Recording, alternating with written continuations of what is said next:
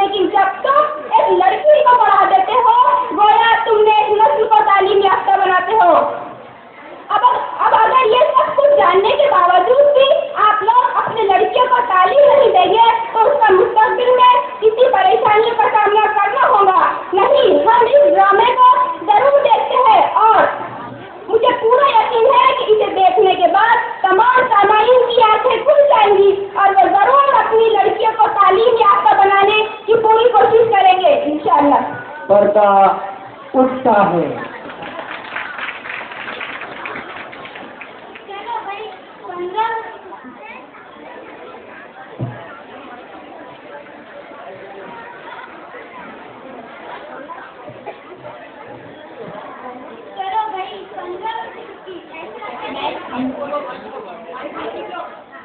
चलो भाई 15 ऐसा लगता है जेल से आजाद हो गए। स्कूल को जेल खाना कह रही हो? और क्या कहूँ, रोज सुबह स्कूल में जाओ, पढ़ो, लिखो, इम्तिहान दो। क्या जेल खाने में ऐसा सब कुछ होता है? ऐसा नहीं, पर इतना है कि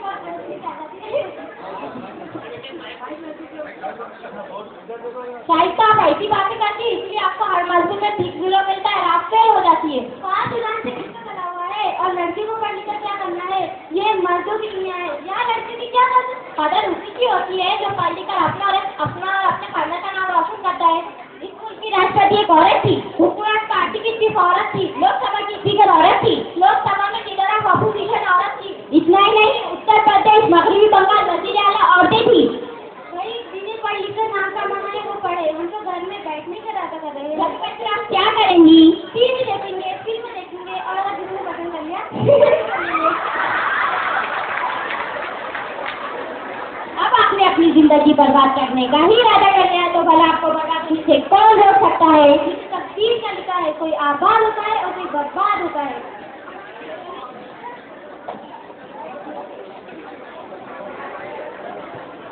जरा हम भी तो सुने कौन आबाद हो रहा है कौन बर्बाद।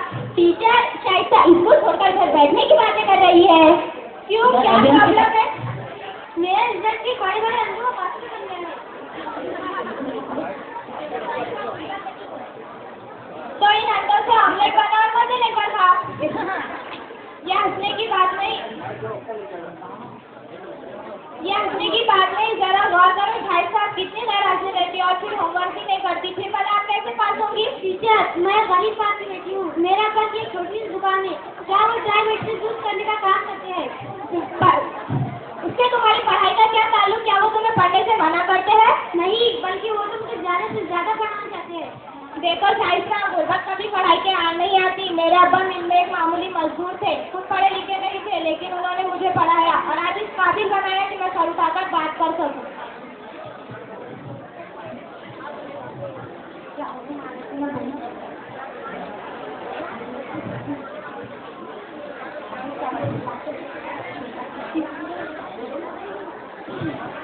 टीचर मैं इससे घर हाजिर रहती हूँ कि मुझे घर में माँ के काम काटने मदद करनी होती है और मैं अपना होमवर्क भी नहीं कर पाती। मैं तुम्हारे घर आकर तुम्हारी अम्मी से बात करूंगी और मुझे पढ़ाई में मदद कौन करेगा? मैं। लेकिन टीचर मैं आपकी ट्यूशन की फीस नहीं दे पाऊंगी। तो मैंने तुमसे कब फीस मांगी? ऐसी बातें तो मैं जरूर करूंगी। शाबाश, आप कभी मायूसी की बात ना करना।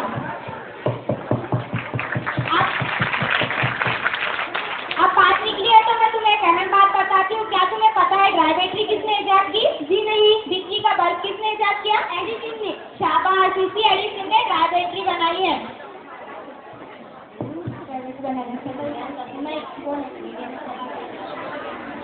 टीचर आपसे मेरी आंखें खोल दी। मुझे ऐसा लग रहा है कि मेरे इम्तिहान में नाकामी की वजह से मैंने ये सबक सीखा है कि जो लोग मेहनत नहीं करते वो नाकाम हो जाते हैं। टीचर आप पढ़ाई में मेरी मदद कीजिए और देखिए कि मैं आपको अपने खानदान का नाम रोशन करूँगा। मुझे पूरी उम्मीद है तुम ऐसा जरूर करोगे।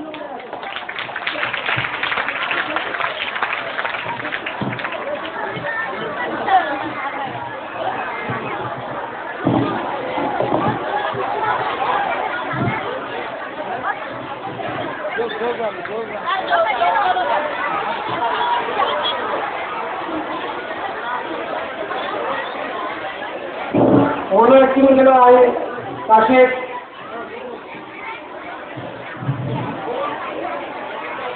আওয়াজ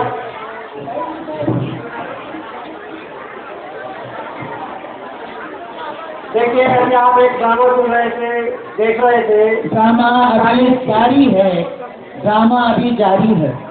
जारी है।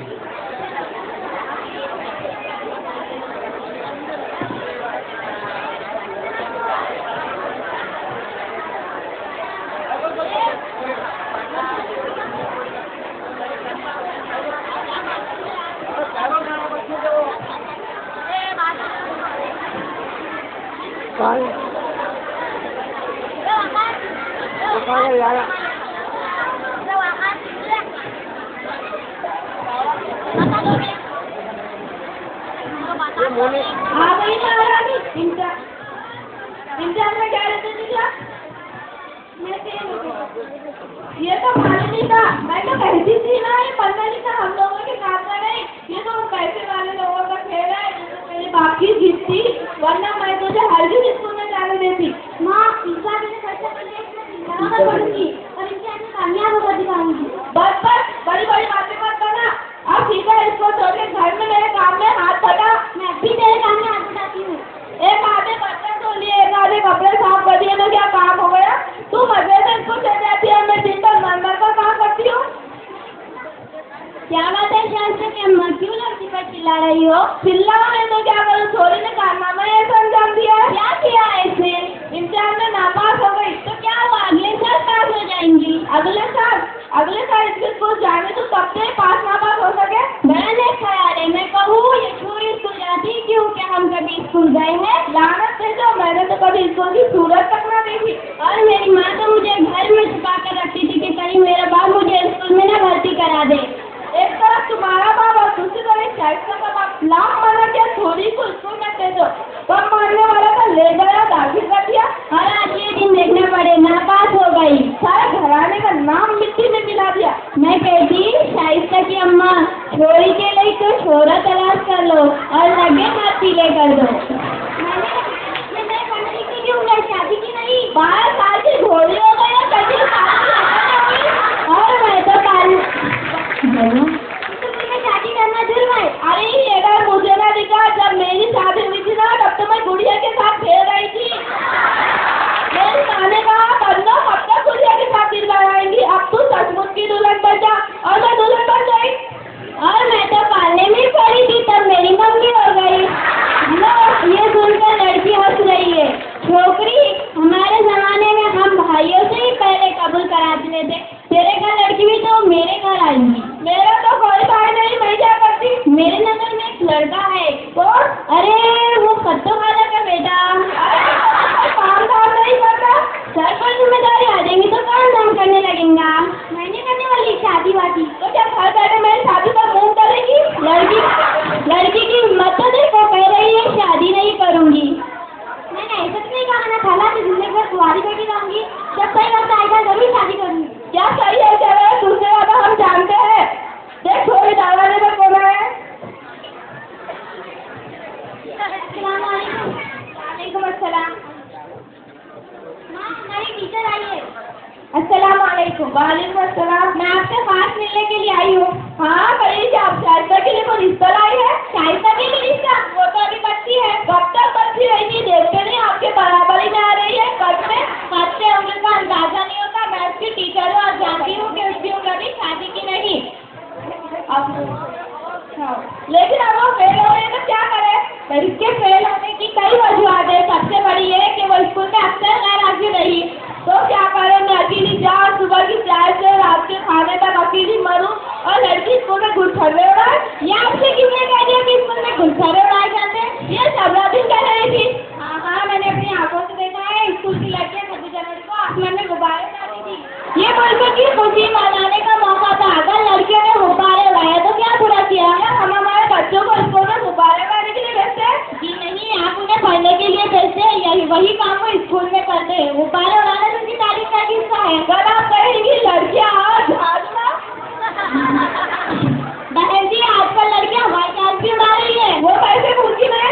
इस साइंस की दुनिया में सब मुमकिन है। ये मोबाइल साइंस क्या है? ये एक इल्म है। इसी साइंस की वजह से ना सिर्फ हवाई जहाज उड़ते हैं बल्कि टेलीविजन चलता है और मीलों दूर की आवाज आप फोन के जरिए सुन सकते हैं। ये हम गरीबों के किस काम का? ये आपके घर में बिजली का बल्ब जल रहा है, ये भी साइंस का करिश्मा है। और आपके घर में टेलीविजन चलता है, ये भी साइंस का देन है। हमने तो सुना ये शैतानी है। ये किसने कह दिया आपसे? ये शब्दार्थी में। हाँ, मैंने अपनी आंखों से देखा है। स्कूल की लड़कियां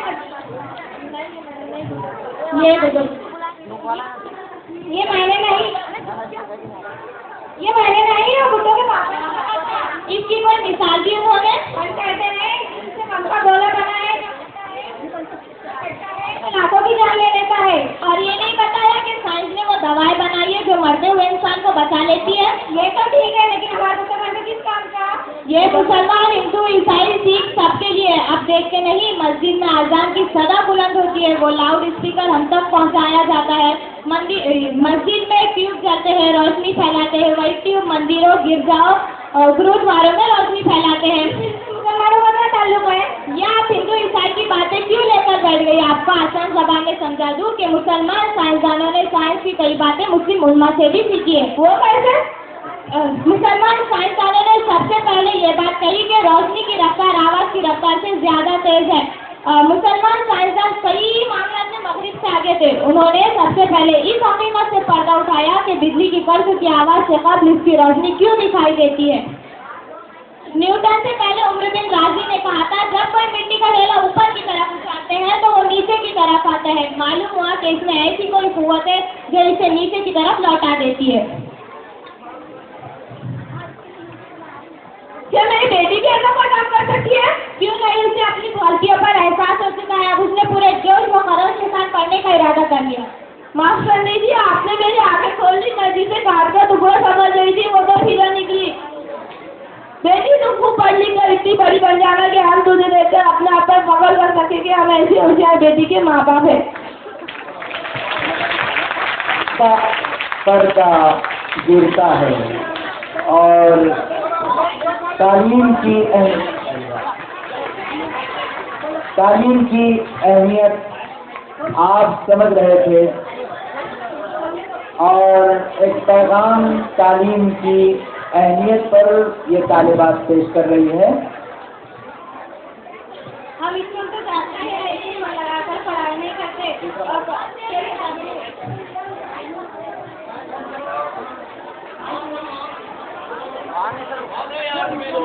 फेल हो जाते हैं और फेल होने के बाद जिंदगी में नाकाम हो जाते हैं और पढ़ाई नहीं करते।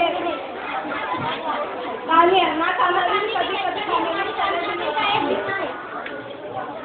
बहुत अच्छे।